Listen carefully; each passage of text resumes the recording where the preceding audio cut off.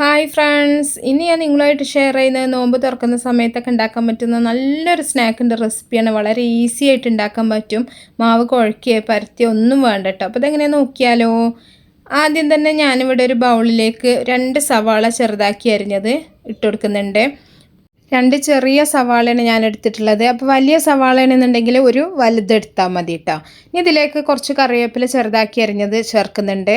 അപ്പോൾ കറിവേപ്പില അതിൻ്റെ കൂടെ തന്നെ നിങ്ങൾക്ക് മല്ലിയില വേണമെങ്കിലും അരിഞ്ഞിട്ട് ചേർക്കാം. ഞാൻ മല്ലിയില ഇല്ലാത്ത കാരണം തന്നെ കറിവേപ്പില മാത്രമേ ചേർക്കണുള്ളൂ. ഇനി ഉണക്കമുളക് പൊടിച്ചതാണ്, അതും കൂടെ ചേർത്ത് കൊടുക്കുന്നുണ്ട്. ഇതിന് പകരം നിങ്ങൾക്ക് പച്ചമുളക് ചെറുതാക്കി അരിഞ്ഞത് വേണമെങ്കിൽ ചേർത്ത് കൊടുക്കാം. ഇനി ഒരു 1/2 കപ്പ് മൈദയാണ് ഞാൻ ചേർത്തിട്ടുള്ളത്. അതുപോലെ 1/2 കപ്പ് കടലമാവും കൂടെ ചേർക്കുന്നുണ്ട്.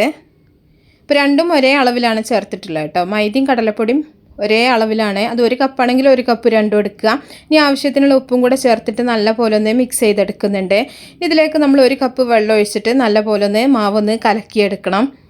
അപ്പോൾ നിങ്ങൾ കപ്പളവ് നിർബന്ധമൊന്നുമില്ല. നിങ്ങൾക്ക് ഒരു ഗ്ലാസ് എടുത്തിട്ട് 1 ഗ്ലാസ് മൈദ 1 ഗ്ലാസ് കടലപ്പൊടി അങ്ങനെ എടുക്കുക. അല്ലെങ്കിൽ 1/2 ഗ്ലാസ് വെച്ചിട്ട് 2 പൊടിയും കൂടെ എടുത്താൽ മതി. അപ്പോൾ ഇത് കപ്പ് അളവ് ഞാൻ കപ്പുള്ളത് കാരണം തന്നെ കപ്പിലെടുത്തു എന്ന് മാത്രം. നിങ്ങൾക്ക് വേണമെങ്കിൽ ഗ്ലാസ്സിലോ പാത്രത്തിലോ ഒക്കെ എടുക്കാം കേട്ടോ. നല്ല പോലെ ഒന്ന് ഇളക്കി മിക്സ് ചെയ്യുന്നുണ്ട്. അപ്പോൾ ഒരുപാട് കട്ടിയായി പോകേണ്ട ഈ ഒരു പാകത്തിന് വേണം മാവ് കലക്കിയെടുക്കാൻ. ഇനി നമ്മൾ കുറച്ച് ബ്രെഡ് സ്ലൈസസ് ഒന്ന് എടുത്ത് വെക്കുന്നുണ്ട്.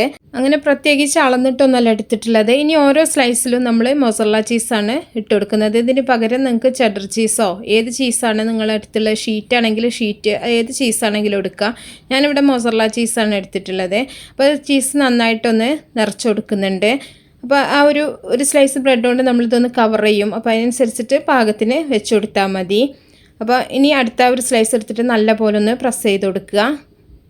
അപ്പോൾ വേണമെന്നുണ്ടെങ്കിൽ നന്നായിട്ടൊന്ന് പ്രസ് ചെയ്ത് കൊടുക്കുക കേട്ടോ. അങ്ങനെ നമ്മൾ കട്ട് ചെയ്തെടുക്കുന്ന സമയത്ത് ചീസ് പുറത്ത് പോവാതിരിക്കാൻ വേണ്ടിയിട്ടാണ്. ഇതുപോലെ ഒന്ന് നെടുക ഒന്ന് മുറിച്ച് കൊടുക്കുന്നുണ്ട്. മുറിക്കണം നിർബന്ധമൊന്നുമില്ല. ഇങ്ങനെ ഫുള്ളായിട്ട് തന്നെ വേണമെന്നുണ്ടെങ്കിൽ അങ്ങനെ നമുക്ക് ഫ്രൈ ചെയ്തെടുക്കാം.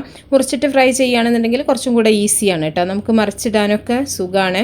അതിന് വേണ്ടിയിട്ടാണ്. അപ്പോൾ ഇതുപോലെ കട്ട് ചെയ്തതിന് ശേഷം നമ്മൾ നേരത്തെ കലക്കി വെച്ചിട്ടുള്ള മാവിൽ നന്നായിട്ടൊന്ന് മുക്കിയെടുക്കുക. ഇനി ചൂടായിട്ടുള്ള ഓയിലിൽ നമ്മളിത് ഫ്രൈ ആക്കി എടുക്കുകയാണ് ചെയ്യുന്നത്. നല്ല ചൂടിലാണ് നമ്മളിത് ഫ്രൈ ആക്കി എടുക്കുന്നത് കേട്ടോ. അപ്പോൾ നല്ല പോലെ ഒന്ന് 2 ഭാഗം ഒന്ന് മുക്കിയെടുക്കുക. ഈ ഒരു സമയത്ത് മുക്കിയെടുക്കുന്ന സമയത്ത് ചീസ് പുറത്ത് പോകാണ്ട് ശ്രദ്ധിക്കണം. നല്ല പോലെ ഒന്ന് പ്രസ് ചെയ്തിട്ട് മുക്കിയെടുത്താൽ മതി. മുക്കിയതിന് ശേഷം ഞാനിതുപോലെ ഓയിലിൽ ഫ്രൈ ആക്കി എടുക്കുകയാണ്. ഓയിലിലോ വെളിച്ചെണ്ണയിലോ നിങ്ങൾക്കിത് ഫ്രൈ ആക്കി എടുക്കാം. ഒരു ഭാഗം നന്നായിട്ടൊന്ന് മുരിഞ്ഞ് വരുന്ന സമയത്ത് നമുക്ക് തിരിച്ചിട്ടിട്ട് 2 ഭാഗവും നല്ല പോലെ ബ്രൗൺ കളർ ആവുന്നവരെ ഒന്ന് ഫ്രൈ ആക്കി എടുക്കുക. അതിനുശേഷം നമുക്കിത് ഓയിലിൽ നിന്ന് കോരി മാറ്റാം. ഇനി ഇത് ബ്രെഡ് ആയത് കാരണം എണ്ണ കുടിക്കുമോ എന്നുള്ള സംശയമൊന്നും വേണ്ട. നമ്മൾ ആ ഒരു മാവിൻ്റെ പുറത്തുള്ള ഒരു കോട്ടിങ് കാരണം തന്നെ എണ്ണയൊന്നും കുടിക്കൂല. അതുപോലെ നല്ല തീ കൂട്ടി വെച്ചിട്ട് തന്നെ നമ്മളിത് ഫ്രൈ ആക്കി എടുത്താൽ മതി.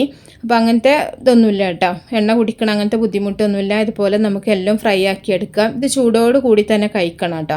അപ്പോൾ ഇഫ്താർ സമയത്തേക്കൊക്കെ ആണെന്നുണ്ടെങ്കിൽ ആ ഒരു സമയം ആവുന്നതിന് കുറച്ച് മുമ്പായിട്ട് ഫ്രൈ ആക്കി എടുത്താൽ മതി. എന്നാലും ആ ഒരു ചീസൊക്കെ നല്ലപോലെ ഇതുപോലെ വലിഞ്ഞ് ആ ഒരു ടേസ്റ്റ് ഉണ്ടാവുള്ളൂ കേട്ടോ. മറ്റേത് ചീസ് തണുത്ത് പോയിട്ടുണ്ടെന്നുണ്ടെങ്കിൽ ഇതുപോലെ നമുക്ക് വലിഞ്ഞ് കിട്ടൂല. അപ്പോൾ കഴിക്കാനും അത്ര ടേസ്റ്റ് ഒന്നും ഉണ്ടാവില്ല.